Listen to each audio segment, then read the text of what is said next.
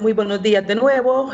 Quiero plantear que en sentido estricto hemos tenido unas iniciativas y unas decisiones a nivel de gobierno y de Estado que no se vieron los resultados y por lo tanto algo no se hizo de manera correcta. Algunas decisiones que se tomaron no disminuyeron los contagios, sino que más bien cuando comenzó la desescalada estábamos en un punto de ascenso. Entre el mes de marzo y el mes de mayo, los casos que se habían registrado oficialmente eran 5.366. Para el 1 de junio estábamos con esos datos y sin embargo se comienza la fase 0, cuando ya teníamos 533 hospitalizados. Y en ese sentido no habíamos tenido ningún indicio de que había una disminución, ni en los hospitalizados, ni en los graves, ni en los que estaban en cuidados intensivos. Los que, en mi caso, que medianamente conocí el sistema de salud cuando estuvimos en el hospital escuela y cuando estuvimos en la Comisión de Salud, ya con 533 hospitalizados, estábamos pensando que el sistema iba a colapsar, porque siempre los hospitales están casi al 100 en las camas censadas y más bien hay pacientes en camillas esperando cama, o están en las emergencias esperando sala de cuidados intensivos. Entonces, cuando comienza la desescalada en la fase 0, el 1 de junio, y estamos con 1.300 casos, y vemos que 4 semanas después, o sea, terminando junio, ya teníamos 24.605 casos. O sea que en un mes el incremento fue de casi 19.000 casos contra los 5.000 que se acumularon en los 3 meses anteriores. Pero se estuvo en un confinamiento que fue a medias. ¿Por qué el confinamiento es a medias? Porque en realidad los que tienen posibilidad o los que tuvimos posibilidad de confinar es gente que tenemos un empleo formal, los que estamos recibiendo todavía un salario, y digo todavía porque esto es una imprecisión y es una incertidumbre.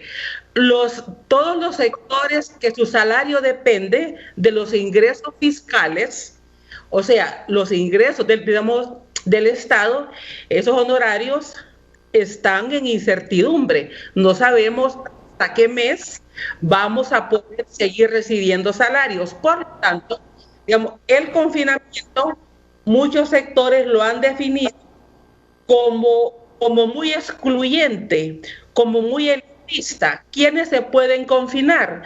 Las élites que tienen ingreso, las élites que no están vendiendo en la calle, las élites que tienen una oficina. Por eso nos encontramos frente a un debate: ¿quién tiene capacidad para confinarse? Los que tienen ahorros, los que tienen ingresos, porque la sociedad es muy excluyente.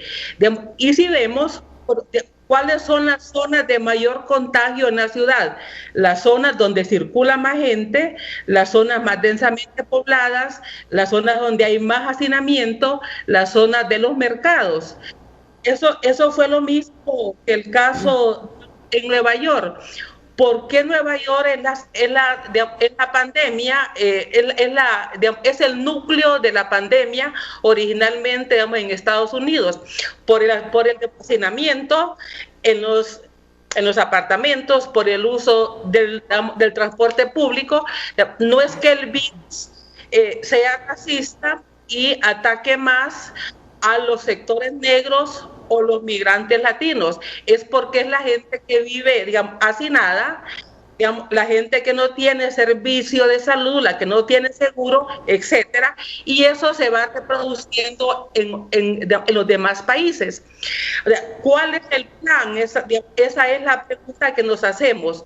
Si ya se estuvo 3 meses confinados, con un confinamiento, con las características que ya hemos planteado, si se estuvo 3 meses confinado, del 12, digamos 15 de marzo, fue ya casi total, hasta el 1 de junio que comienza la fase 0, fueron 3 meses de confinamiento, pero se viene la fase 1 con el desconfinamiento y tenemos un aumento de 19 casos.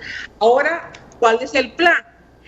Para que si se reactiva la economía o si se desactiva, digamos, de nuevo, y dentro, digamos, de 15 días, ¿cuál es el plan complementario? Porque ya tuvimos un plan que los resultados no nos funcionaron, y yo estoy de acuerdo con el planteamiento que el peor está por venir.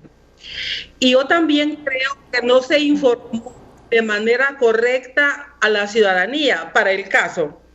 No sabemos el número de pruebas que se hace en Cortés y en Francisco Morazán. Hay días que aparecen muchos casos de Cortés y otros días aparecen muchos casos de Francisco Morazán. La diferencia entre Cortés y Francisco Morazán es que en Cortés está distribuido en todos los municipios prácticamente, y en Francisco Morazán está concentrado básicamente en el Distrito Central. Entonces el riesgo de contagio mucho mayor es en Tegucigalpa, porque el mayor número de casos aquí está en Tegucigalpa y no tanto en los municipios, pues el caso de Cortés. ¿Y por qué el Cortés tiene esa característica? Precisamente por la distribución de la economía con las maquilas en Villanueva, en Choloma y en los municipios, porque muchos de esos municipios son casi ciudades dormitorio. Entonces, no se nos dice correctamente la información. Hay días que nos aparecen números más bajos de contagio, y por lo tanto lo correcto no es que comparemos números absolutos, sino que comparemos números relativos, porcentajes. Vemos que los porcentajes, los positivos, andan los últimos días por sobre el 45% de las pruebas que se hacen. Entonces, a veces no salen, digamos, en algunos departamentos, y la gente dice, no salió nadie en Olancho o no salió nadie en Atlántida, pero es que las pruebas se trasladan y se dan de manera retrasada. Como no tenemos información correcta, y no digo que sea falsa, lo que digo es que la información es insuficiente, no es toda la información. Entonces, eso hace que no se tomen las decisiones correctas por falta de la información que no es completa.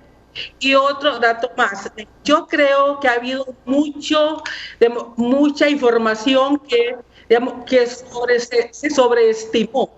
Cuando se habló de los tratamientos que podían ayudar, se presentaron como que era la solución. Conozco personas, y he sabido de personas que compraron los tratamientos que se mencionaron, que se los comenzaron a tomar creyendo que ya estaban bien. No se dijo exactamente en qué fase ayudaban, y eso creó una sobreexpectativa. Entonces, yo creo que estamos ante unas condiciones excepcionales en el país, únicas, y en ese sentido, cualquier gobierno que está frente a una situación excepcional tiene que llamar a las personas que conocen del tema, a los científicos de todas las áreas, no solamente de las ciencias de la salud, porque este es un tema, este problema comienza como un tema de salud, pero tiene un impacto económico profundo y también un impacto social. ¿Por qué? Porque por la característica de pobreza que hay en este país y por las características de exclusión, si la gente no tiene trabajo o si no se le da un ingreso o si no se le provee de las necesidades básicas, digamos, que requiere, el conflicto social, la movilización, la protesta, el reclamo, la gente va a salir a las calles, como lo estuvimos viendo hace unas 6 semanas, que la gente estaba yéndose a las carreteras, hubo conatos de asalto de vehículos que llevaban bienes.